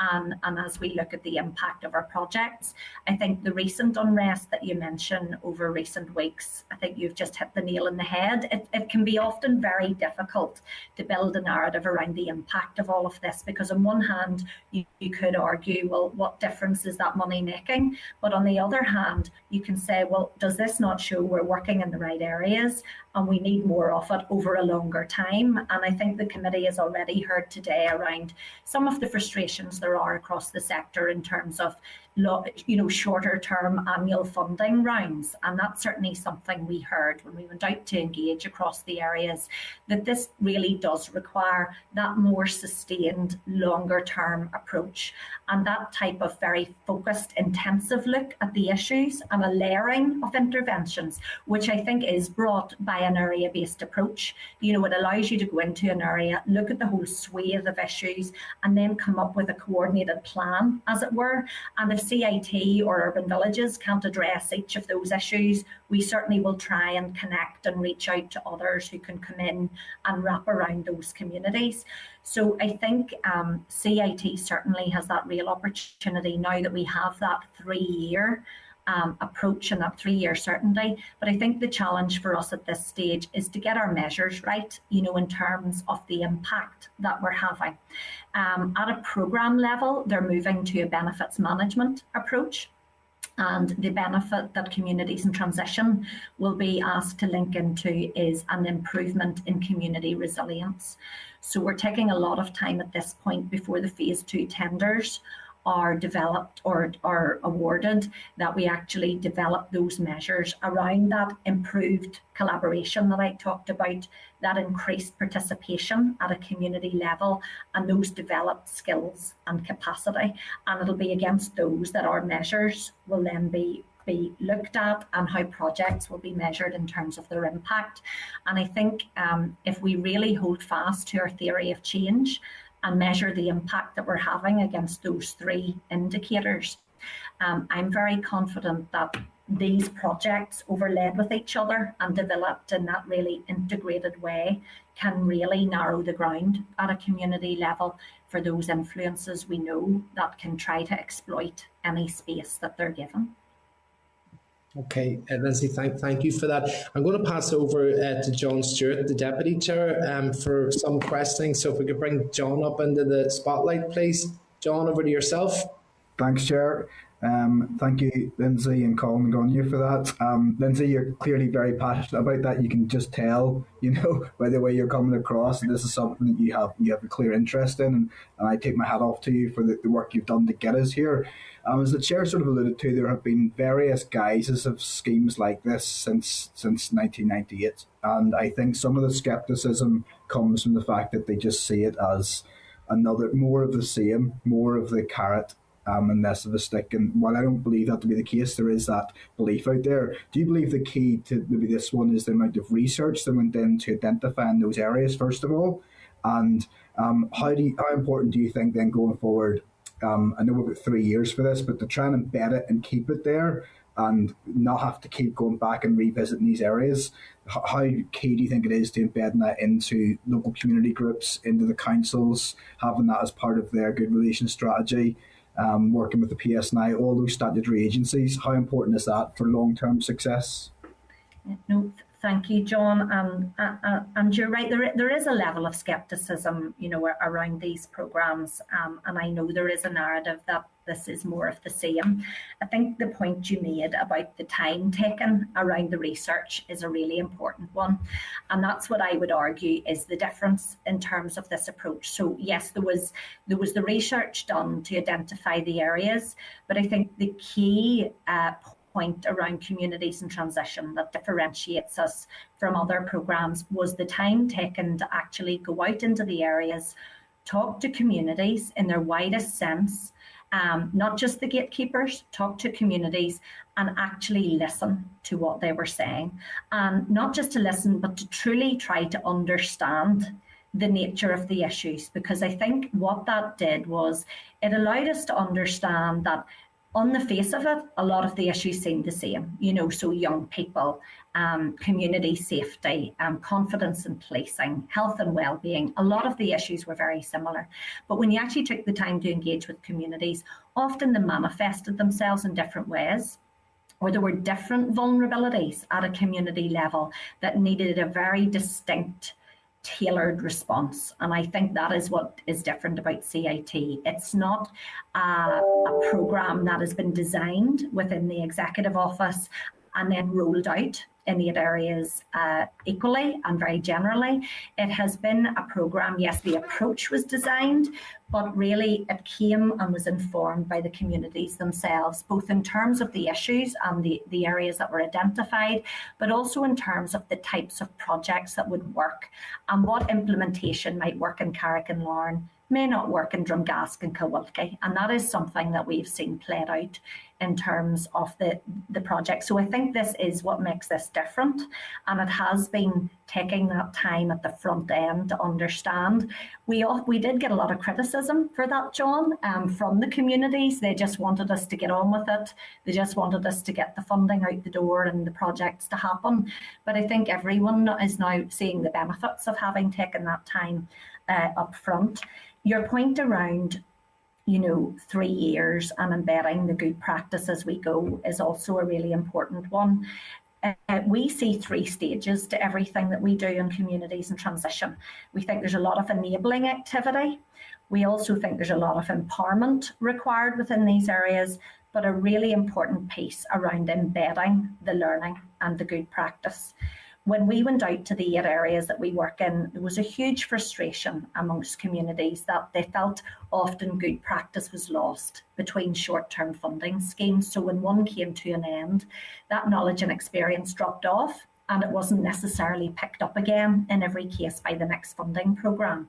So that's something we're very keen to do as we go, to embed that good practice, to make sure that the capacity is built within the communities and resides within the communities, and then that we are linking it in to those local structures, as you mentioned, councils, the local neighbourhood policing teams, that there's a sense of ownership at its widest sense around this work, because that is what's going to make it sustainable and embedded in the longer term.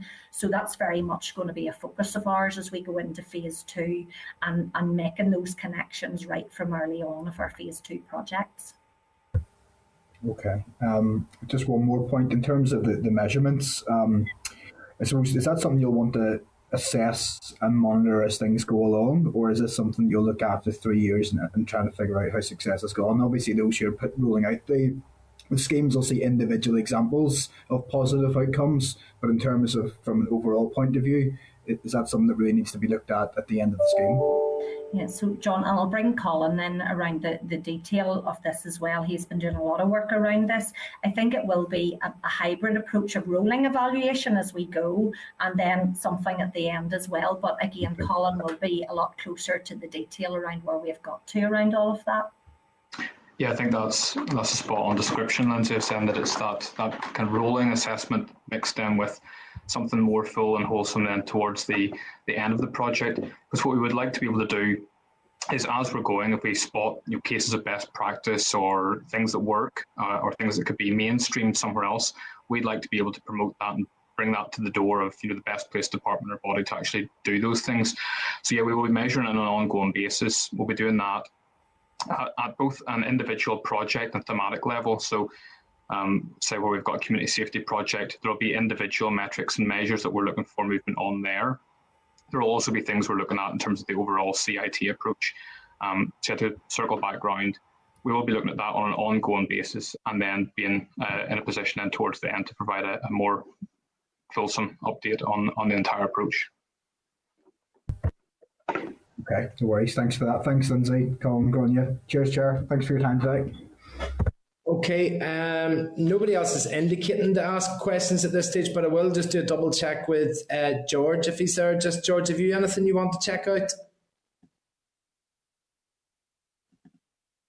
Okay, I'm doing my lip reading and think I got no, I'm fine there. So I'm going to run with that. I think you're okay with that, George? Right, sorry about that. Yeah, okay. I'm fine, Chair. Thank you. Thank you. Okay, Lindsay, Grania, Colin, thank you very much indeed for coming along and giving us that update today. It's been very informative. Maybe just if, Lindsay, even if you want just to send us through your notes there from what you gave, it'd be good just to have something to be able to read to get an update on that, on some of the work. It would be very helpful. But thank you very much to the three of you for coming along today. No, and thank you for your time. Thanks. Thank you. Thank you. Bye. Okay, members, we'll juggle around and bring yourselves back up into the audio or into the spotlight so that we can run through the last few items on the agenda. Is there anything that anybody wants to ask or check as an update to that last presentation? Okay, that seems to be all right then.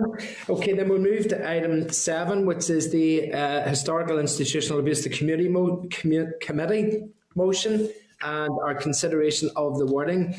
On page 35 to 41 of the meeting pack are the relevant papers. Just to remind members that it was agreed at last week's meeting that the committee would delay agreeing the motion calling for a review of the HIA Redress Board until it has been established that such a review would not have an adverse effect on the current process. A formal response has not been received from the department, but we are confident to say that it would be unusual for any such review to inhibit the current practice.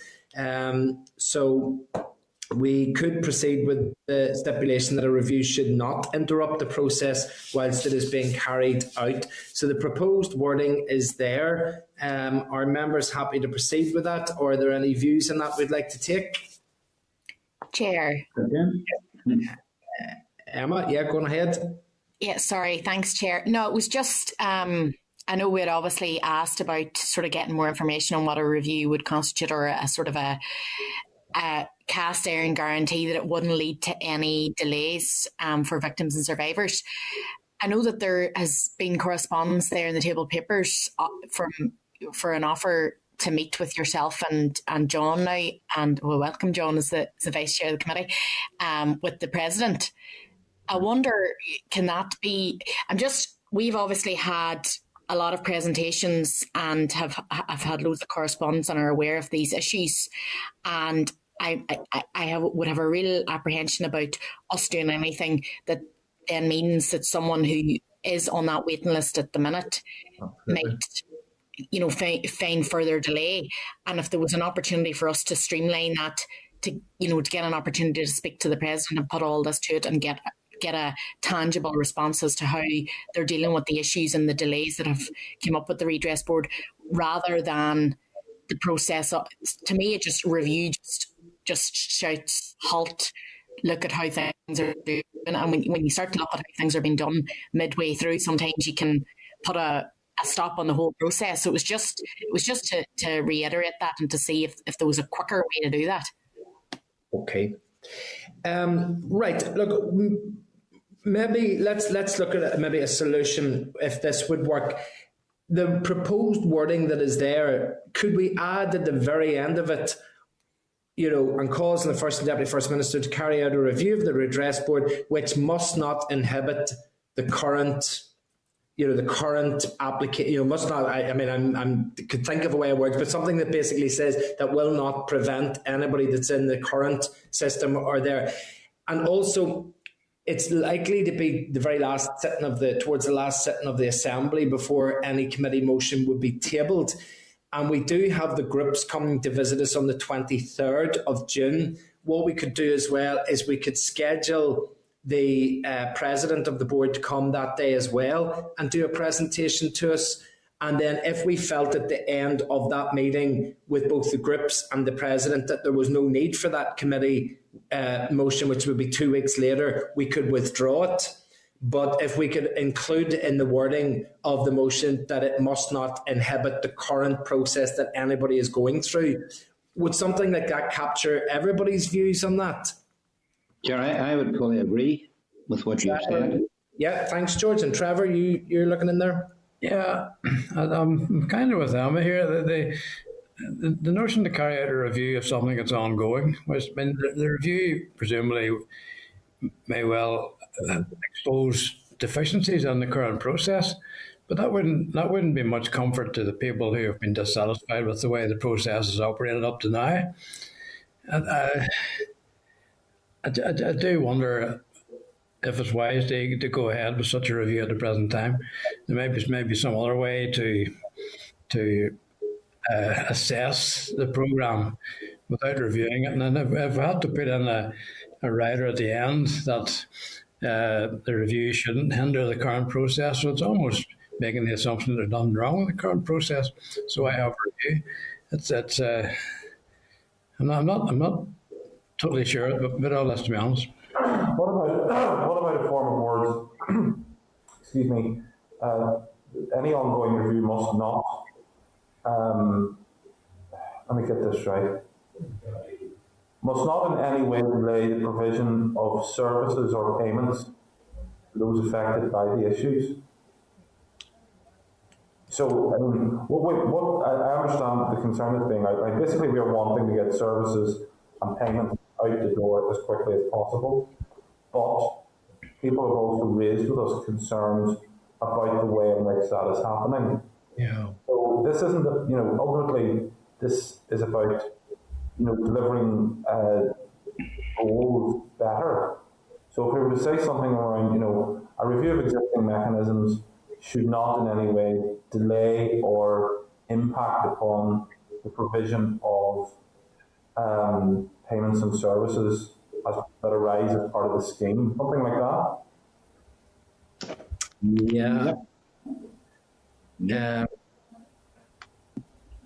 I think, sorry, Chair, but maybe after speaking to the President, if we could see the point that Trevor's making, that you're nearly preempting that this isn't going to find any fault, or you're nearly taking the sting out of what you're doing.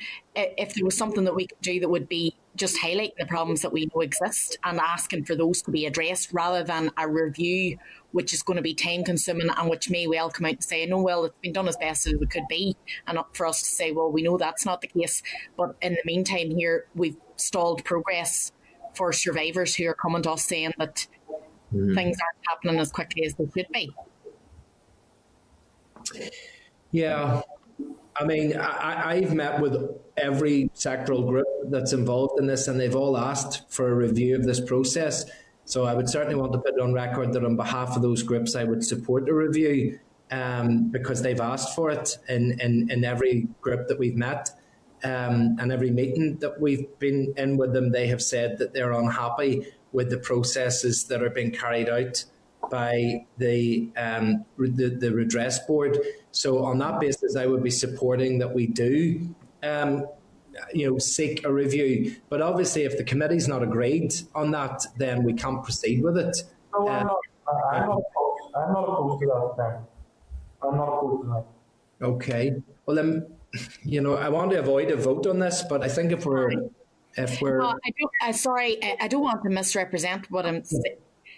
It's not that I'm opposed to a review. I would be more in favour of us trying to do something that more pointedly addresses the issues that the groups have raised, as opposed to an entire review, which in my mind would lead to more delay. But I don't know if there's a more succinct way of doing that, or a quicker way of doing that.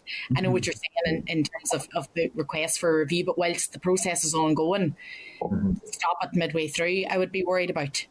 I think that's the key point. What you're trying to say is, we're trying to establish if there may be ways to improve the process and to do things better. Yeah. And we can do that alongside the existing processes functioning. And if a form of wording that could be pulled together that is basically cognizant of that fact, that what we're trying to do, look, in a very real sense, we're glad we're at this point.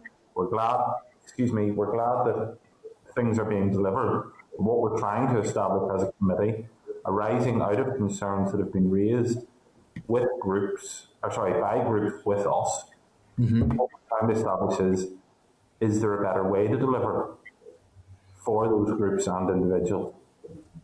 And that's perfectly compatible. That does not require the suspension of the existing processes, it requires us to look at the existing processes to see if there's ways that they could be done better.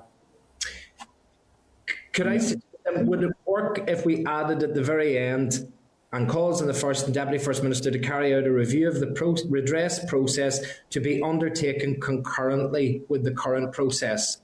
So in other words, the review is very much to take place alongside the actual process that is currently in place continuing. And then if that review that we've asked for highlights that there are a series of changes to be made, then they can be implemented once they've realised them. But it doesn't stop the current process at all. It still continues on very much as it is. The review is done alongside that, and any learning move across. Because I suppose, as Trevor's pointed out, if you have a review and it highlights problems, then the thing is, it's highlighting problems and we need to address them. We can't then not have the review in case it highlights that there's problems, because that's totally counterproductive to fixing the problems that are there. But Emma's absolutely right. We can't have a review that prevents the process from actually taking place. Now, I will ask Michael maybe just for a bit of advice. I know that the president of the Redress Board is coming along. It is a quasi-judicial process. It's just the jurisdiction that we would have as a committee to discuss with them any changes that they take. Would there be any obligation on them to address any of the concerns that we would raise with them? That's a good question, Chair. I don't see why they wouldn't take them on board if a committee calls on an organisation to make changes. As to the power to compel somebody to make those particular changes, I don't know. But certainly, I'm sure any organisation would be grateful of the committee's suggestions to do so. I would have thought, given that TEO is the sponsor department, we are the TEO committee. I would like to think that if, having taken evidence from groups and individuals, we produced a series of recommendations, I would like to think even there would be moral authority, if not legal, coming from this particular source. Mm-hmm. Trevor, you're looking in there. Yeah, Chair, I'd be happy enough, when we could talk about this until doomsday, I'd be happy enough to run with the suggested wording that you came up with a few minutes ago. But just a short write at the end of the motion said it shouldn't interfere with the current process to date or something like that. I agree with that. Okay. Right. Yeah. And with the proviso that if we meet the Redress Board and we're entirely satisfied at the end of that process that they're undertaking everything that we're saying, we still have the opportunity to withdraw the committee motion if we felt that there was sufficient movement at that stage. Is that still something that people would be happy with? Yep, that's fine. Fair enough. Yeah, that's great. Yeah. Emma? Yeah. No, Chair, sorry but it's just going back to what Trevor had said there around the fear would be that if the review happens and they say, no, everything's fine, and then we haven't addressed the survivors' issues. But I suppose that you can't prejudice the result of a review. So we would just hope that it would, because we know that the issues exist. So if there was a way to resolve those without having to go through a process that's going to take time or delay things, but obviously, I mean, that's not maybe our call to make. But it was just so I'm sorry if I'm not making much sense there. No, absolutely not. It's a really important matter. We've all been very, very deeply involved in this process from the start of this committee, and we've heard lots of concerns, we've heard lots of frustrations, and we've heard lots of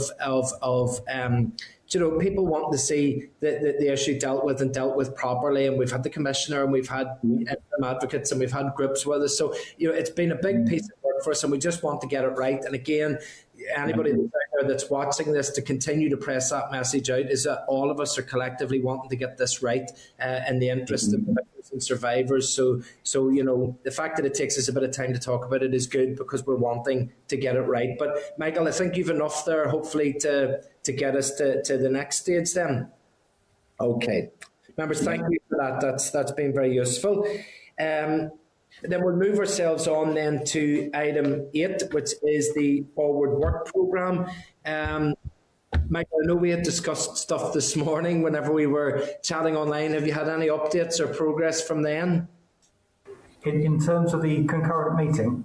Yes. There's some rejuggling of a number of, more than one committee, shall we say, in order to line up the possibility of us using the Assembly chamber. I'm still working on that, but I think we're closer than we have been before. Okay, members, just to update you, and my apologies for keeping a little bit of guessing what that was about. The concurrent meeting between the Finance Committee, the Economy Committee and ourselves, just as some logistical barriers, it was going to be held in room 30, which meant that we would have to select just 12 members that would be able to attend from all 27 members of the committee. However, I had asked Michael this morning maybe just to go back and kindly use his pressures and best moves there to see if we could get access to the Assembly chamber, which would actually allow all 27 members of the committee to be able to attend that. So maybe if we could just leave that as work in action for next week, but that if it doesn't work next week, we will be looking for delegates from various parties to attend that. And if we have it sorted for next week, it means that it can be in the Assembly chamber and everybody can attend. So work in progress really on that item. Are members happy enough to note the rest of the forward work programme? Great. Okay. Members, item 9 then is correspondence. There are 17 items in pages 49 to 124 of the meeting pack. The most of interest will be that there is a correspondence from the clerk and member support officer offering member development training on protecting your social media reputation. So not your reputation, but your social media reputation. And just to highlight that if any member wants to participate in that, if you could respond to the clerk on the contact details that are in the correspondence. Is there any other correspondence that members would like to raise? Okay. Then we can move on then to item 10, any other business. I'm good with that. Is anybody else any other business they want to raise? Nope. Okay. Excellent. Well then, members, that's us complete for today. Date, time and place of next meeting is the 9th of June at 2 p.m. via Starleaf. That's this day week. Thank you very much for everybody's attendance and participation today, and I'll see you all next week. Thank you, Chair. The Northern Ireland Assembly Committee Room 30. This is the Northern Ireland